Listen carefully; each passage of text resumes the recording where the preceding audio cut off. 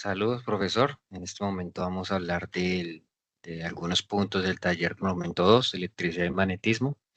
Se lo va a presentar mi persona, Diego Ballesteros, y mi compañera Julieta Ortega. Para empezar, vamos a hacer una breve introducción donde vamos a comentar que el potencial eléctrico es una magnitud escalar que representa la energía potencial eléctrica por una unidad de carga en un punto del espacio. Nos dice cuánta energía tendría una carga positiva si se ubica en un punto. Hasta el momento, pues hemos trabajado con el concepto de campo eléctrico, que es una magnitud vectorial, es decir, tiene módulo, tiene dirección, tiene sentido para calcularlo. Entonces, muchas veces tuvimos que hallar las componentes en el eje X, en el eje Y, y luego sumarlas.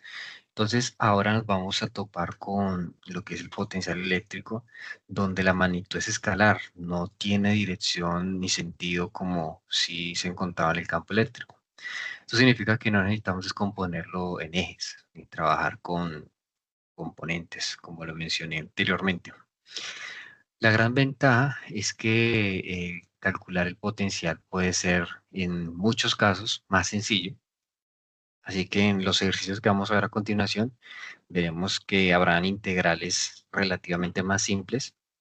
Entonces, vamos a mirar esa parte.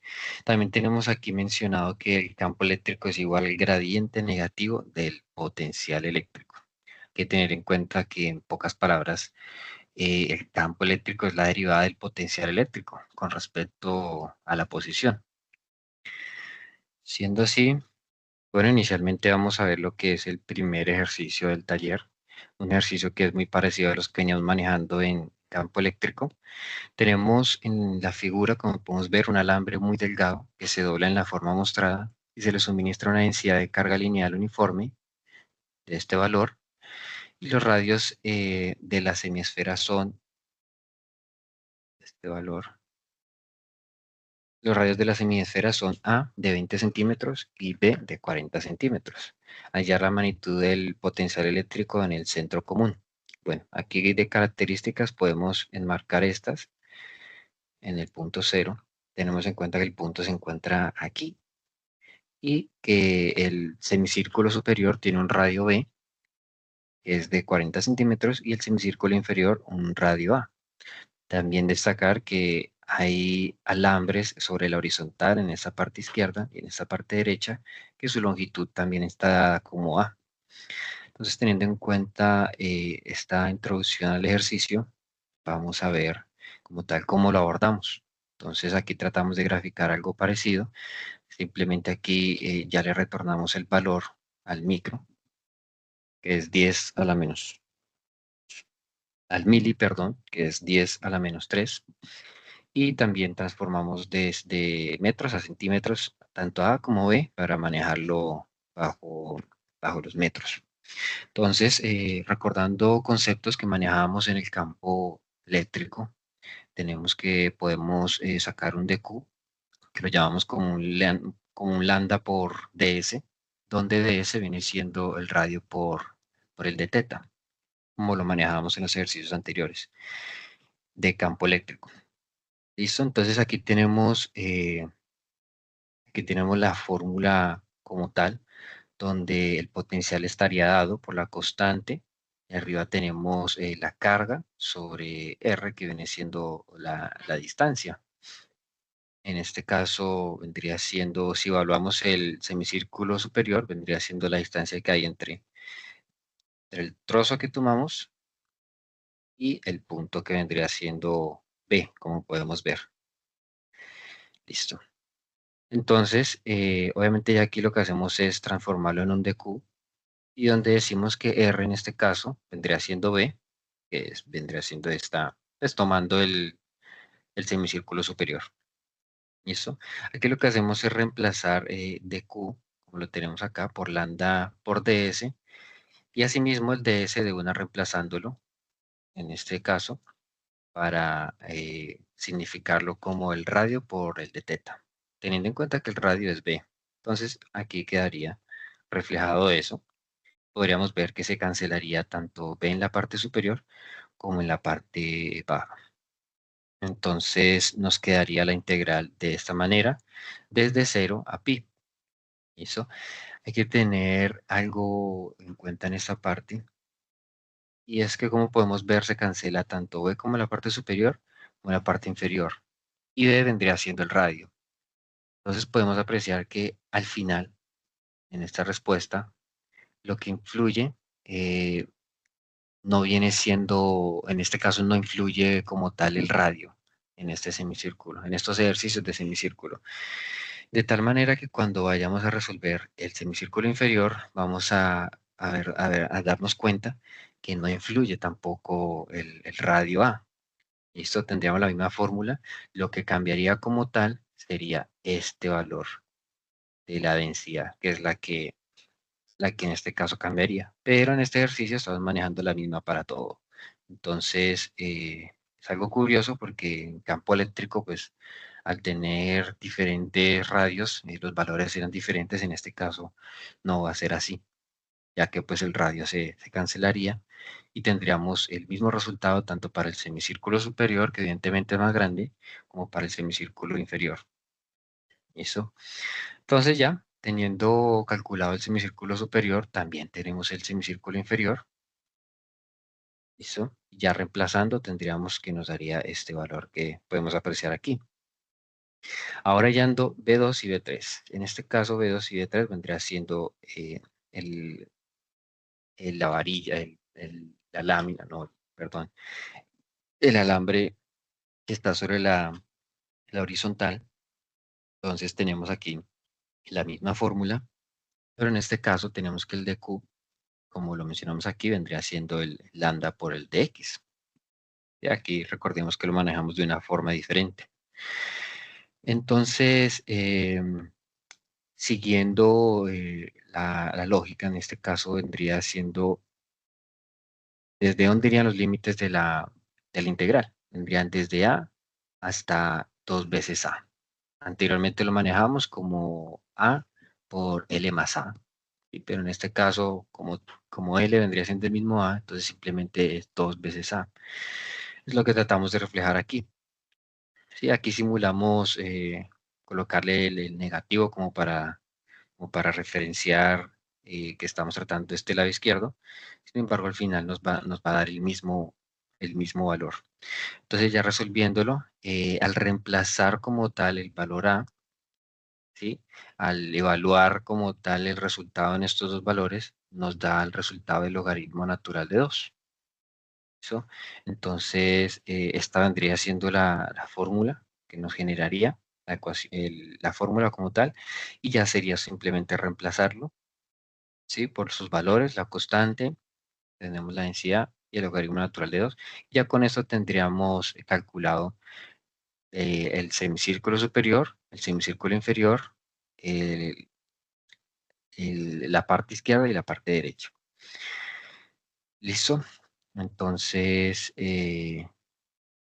bueno, aquí volvimos a calcular el semicírculo inferior, pero ya teníamos de antemano que la fórmula era la misma. ¿Listo? Entonces, ya teniendo en cuenta eso, lo que hacemos es sumar las magnitudes de las potencias, los potenciales. Pues tenemos que el potencial total viene siendo el potencial 1, el 2 y el 3 sumados. ¿Listo? Teniendo en cuenta que el 1 y el 4, que son los semicírculos, son lo mismo, y el 2 y el 3, que son los que están en la horizontal, son lo mismo. ¿Listo? Entonces simplemente lo traducimos aquí dos veces B1 más dos veces B2, ¿sí? Asemejando los semicírculos y los que están sobre la horizontal. Entonces ya simplemente reemplazando tendríamos que el resultado vendría siendo el que apreciamos acá. Ese sería el ejercicio número 1. Una vez explicado el primer ejercicio, ahora vamos a ver ahí mismo el segundo ejercicio, un ejercicio también muy parecido a los que veníamos desarrollando en el seguimiento anterior. Tenemos un disco que está hueco, podríamos llamarlo como una arandela o un anillo. Entonces podemos ver que en la figura las mitades del disco hueco muy delgado de radios interior R de 12 centímetros y de radio externo 24 centímetros. Tienen densidades de carga superficial uniformes, que vemos aquí, y hallar el potencial eléctrico resultante en el punto P. ¿Listo? Como podemos ver, el punto P se encuentra en todo el centro, a una distancia que llamaremos Z, me parece que le llame Z. Tenemos un radio que vendría siendo desde el punto 0 hasta el inicio como tal del disco, R. Tenemos otro radio que va desde el punto 0 hasta finalizar el disco, que vendría siendo R mayúscula. Esto va a ser indispensable cuando realicemos la integral a la hora de colocar los límites de integración. Entonces, a continuación vamos a ver cómo abordamos este ejercicio y nuevamente tratando de plasmar el diagrama. Tenemos que la distancia la llamamos Z, ¿listo? Vemos reflejados los radios, pues la arandela como tal. Inicialmente, lo primero es simplemente transformar los datos. Cambiamos de centímetros a metros, ¿listo? Tanto R minúscula como R mayúscula. Hallamos el valor de, en este caso, de micro, que vendría siendo 10 a la menos 6. Lo dejamos mencionado. Y aquí hacemos referencia a que vamos a trabajar con el área. ¿Listo? Entonces tenemos que el área de un círculo vendría dado por pi por a la 2. ¿Listo? Donde a referencia como tal el radio. ¿Listo? Entonces de una le hacemos la derivada, el de a, para posteriormente reemplazarlo. Le tenemos que nos daría 2 por pi por a por dA. Entonces vamos a enmarcar esto porque esto es importante tenerlo allí para cambiarle el colorcito o verde. Listo. Entonces, siguiendo con el desarrollo del ejercicio, tenemos la potencial eléctrico, la forma del potencial eléctrico, siendo la constante por la carga entre la distancia. Entonces, también vamos a tomar un dq, que vendría dado por teta, por dA. Esto también vamos a tenerlo ahí referenciado. Entonces, reemplazamos como tal, teniendo en cuenta que ahora vamos a tomar un dq, ¿listo? Y vamos a representar en este triángulo rectángulo, donde tenemos que, eh, vamos a llamar y, la distancia como tal que hay entre el punto 0 a P, y la distancia que habrá desde ese punto P hacia el de Q que tomemos, vendría dado por y a la 2 más a la 2 en una raíz, ¿sí? Por el teorema de Pitágoras. Bueno, mencionando que supongamos que ponemos el trozo que vamos a hallar, vamos a cambiarlo de color, vamos a ponerlo azul. Supongamos que este va a ser el trozo que vamos a tomar. Entonces, y aquí a acá estaría la distancia A, vendría siendo el radio A, ¿sí? Este puede ser mayor a R, menor a R minúscula. Y tendríamos esta parte Y, vamos a ponerla de otro color, ponerla naranja, que vendría siendo esta distancia que hay. Y asimismo, finalizando, tendríamos de color amarillo, puede ser. Entonces, la hipotenusa estaría hasta SDQ, que vendría dada por esta. Entonces, más o menos así tenemos representado el triángulo de esta forma. ¿Listo? Todo para decir que la distancia como tal, en este caso, va a ser a la 2 más y a la 2, dentro de una raíz, claramente.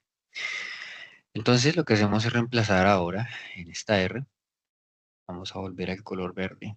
En esta R vamos a reemplazar lo que acabamos de mencionar, que significa R. Y aquí lo tenemos. A la 2 más y a la 2 en una raíz. Y ahora vamos a disponernos a desglosar este dq. Tenemos que el dq vendría siendo teta por dA y que asimismo el dA ya lo teníamos acá señalado, que vendría siendo esto. ¿Listo? Entonces de Q quedaría como teta por 2 por pi por A por dA. Entonces ya teniendo todo este valor, es el que va a ir en el numerador de esta fórmula. Si ya aquí tenemos como tal todo menuciado, y ahora lo que vamos a hacer es establecer la integral. Entonces aquí volvemos a lo que mencionaba en un principio. Vamos a establecer los límites, teniendo en cuenta que este es un disco hueco. Entonces vamos a asegurarnos de tomar lo que se encuentra dentro de este disco como tal, que vendría siendo lo que estamos señalando en ese instante, ignorando pues el hueco. Entonces, es aquí donde podemos decir que va desde R minúscula hasta R mayúscula. Las palabras estamos yendo, voy a usar otro color, el rojo, el morado, el rojo es como de peligro. Estamos usando esta parte de aquí a acá, asegurándonos pues de usar la parte inicial y la parte final para abarcar toda la arandela, ignorando nuevamente el hueco central. Entonces, de esta manera establecemos esos límites de las integrales. Y lo que hacemos es que la constante la sacamos y ya nos vamos a centrar ahora en la integral. Como vemos, es una integral bastante conocida. Todos nos la sabemos de memoria justamente. Efectivamente, no mentiras, tampoco de memoria, pero es una integral bastante llevable. La hacemos por sustitución, cambio de variable, perdón. Entonces le hacemos un cambio de variable con u, la tradicional u, y como podemos ver el de u vendría dado entonces por 2 por a por dA. Listo. Teniendo en cuenta que en este caso ya y vendría siendo la constante. Entonces, desarrollando el ejercicio, al final nos daría 2 veces la raíz de u y ya volviendo, no, todavía no. En este caso, mencionamos que la raíz de u vamos a evaluarla en R y en R mayúscula. ¿Listo? Y ya devolviendo u a su estado original, sería, vamos a colocarlo con verde, a la 2 más y a la 2. Entonces volvemos aquí a su estado original y ahora sí vamos a hacer a evaluar los límites. Entonces, como tal, nos daría esta ecuación final donde tenemos la parte constante de este lado y aquí ya tenemos lo que nos da al evaluar eh, lo que nos dio al final, tanto en R como en R mayúscula. Si bien los ejercicios nos dan información, como el radio, como la carga, ¿listo? No nos da información de cuánto vale Z, no nos da esta pequeña información tan importante. Así que, como no tenemos ese dato, y al ser algo tan importante, que vendría representado por Y, entonces vamos a dejar el ejercicio ahí. Podríamos reemplazar el resto, pero aún así tendríamos la variable Y ahí indeterminada. Indeterminada no sé si, no, sino sin hallar. Listo, entonces este sería el ejercicio número 2. A continuación, la compañera va a empezar con la explicación de su ejercicio. Bueno, yo les estaré explicando el ejercicio número 17 del taller momento número 2 de electricidad y magnetismo, donde nos dan el siguiente circuito y nos piden hallar la corriente I sub 1, I sub 2 e I sub 3. Como podemos observar en la imagen, tenemos el circuito con sus valores de los voltajes asignados y el valor de cada resistencia en ohmios. Del lado derecho observamos el mismo circuito, pero ya con sus direcciones asignadas en cada malla para empezar a calcular las caídas y subidas de tensión. Empezamos por la malla 1, cuya dirección es sentido horario. Empezamos con el voltaje en el número 20, que sale positivo, la resistencia número 3, en I sub 1, pasamos a la resistencia número 18, Luego llegamos a la resistencia número 13, que tiene dos módulos, está entre la malla 1 y la malla 2. Entonces debemos poner el primero que entra positivo y como en el sentido en la malla 2 sale al contrario, ustedes serían negativo. Te pondríamos 13 menos 13 y sub 2. Llegamos al siguiente voltaje que sería 18, pasamos a la siguiente resistencia que sería 20, pasamos al siguiente voltaje que sería 10 y la última resistencia que sería 100. Ya una vez comprendido estos movimientos, de este movimiento y los valores, simplemente simplificamos, hacemos la operación, lo cual nos da una ecuación que nos da como resultado 64 y sub 1 menos 33 y sub 2 igual a 28. 28 viene siendo el valor de los voltajes de esta malla. Hacemos el mismo procedimiento con la malla número 2, en el cual nos da una ecuación de menos 33 y sub 1 más 67 y sub 2 menos 13 y sub 3 igual a menos 6. Y hacemos el mismo procedimiento para la malla 3.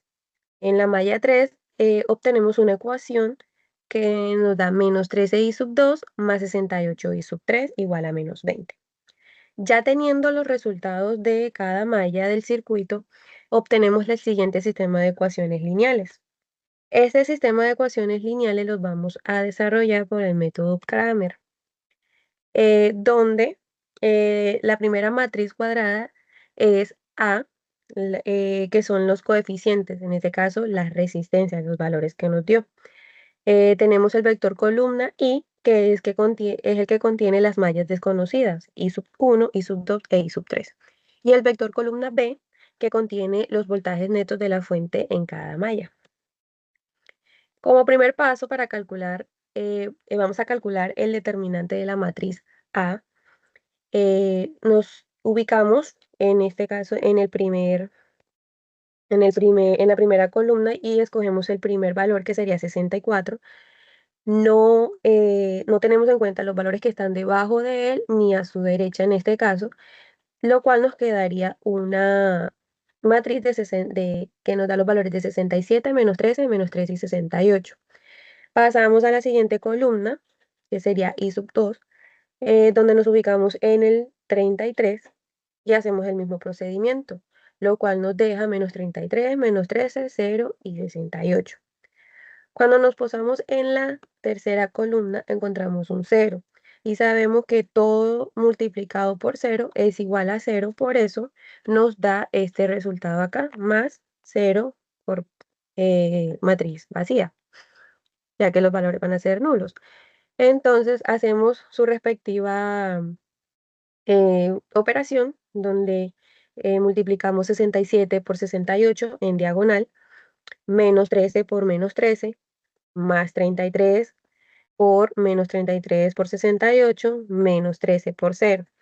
Esto nos da un valor de 64 que multiplica a 4556 menos 169, más 33 que multiplica a menos 2244.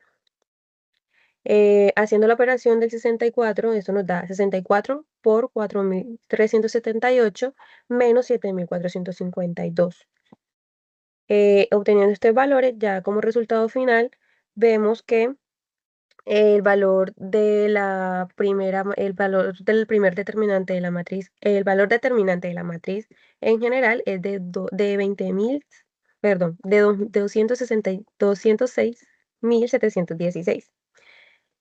Ya teniendo este valor, que va a ser el valor de la matriz como tal, empezamos a hallar los determinantes en cada matriz, reemplazando los valores en cada columna por B, que como dijimos, es el vector que contiene los voltajes netos de las fuentes en cada malla.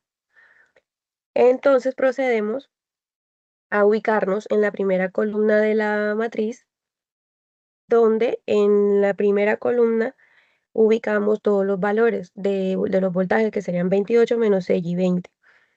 Y hacemos el mismo procedimiento que hicimos al hallar el determinante de la matriz en general. Nos pasamos en el 28 y lo que nos queda, eliminando lo que está a su derecha y lo que está debajo de él, que sería 67 menos 13 y 68. Hacemos la misma operación que hicimos con el ejercicio de la malla de arriba, con el determinante de arriba, perdón, con la malla 1. Igual, cuando llegamos a la columna 3, que es donde está el 0, y que nos queda 0 por 0, porque todo va a dar 0. Al hacer esta operación nos da un resultado de 100.792.